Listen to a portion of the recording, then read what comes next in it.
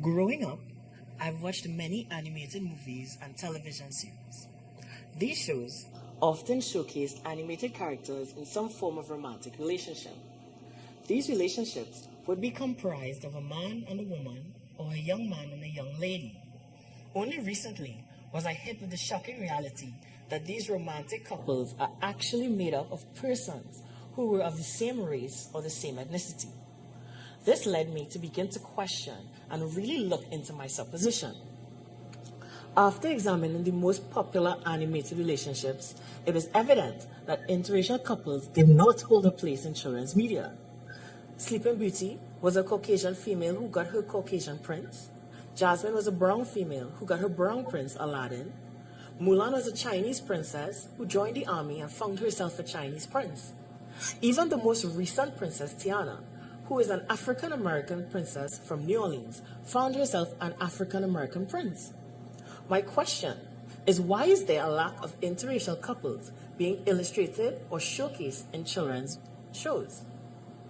A study found that US children spend roughly 19 hours per week watching television and 1,000 hours per year. This showcases the major influencing factor that television can become in the lives of young children. Children are impressionable minds.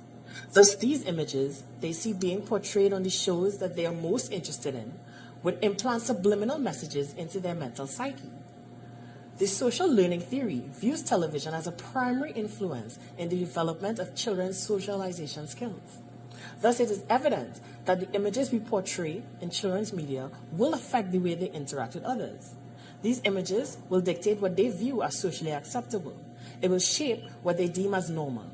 Hence, this lack of romantic interracial interactions can be a major factor in the silent air of intolerance towards interracial couples that still shows itself in today's society. Studies have shown that children who have very little to no contact with other racial groups are more likely to draw knowledge from mediated representations of race.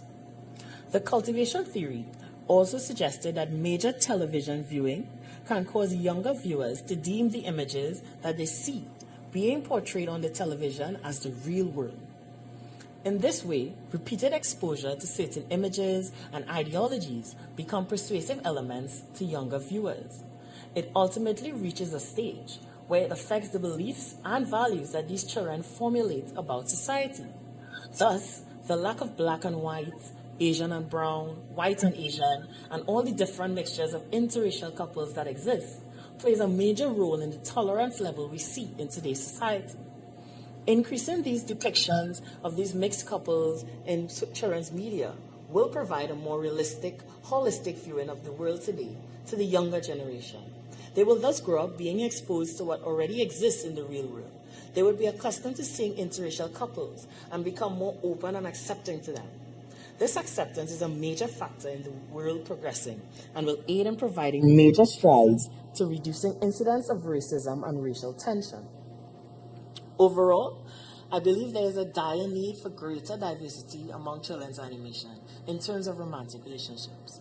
I believe that an increase in the portrayal of interracial love will allow for greater tolerance and increased productivity in the upcoming generation. These are values that the world today longs for among its people, as even in this, the 21st century, racism and segregation against interracial couples does exist. And this negative stigma that has been put on these relationships needs to be eradicated.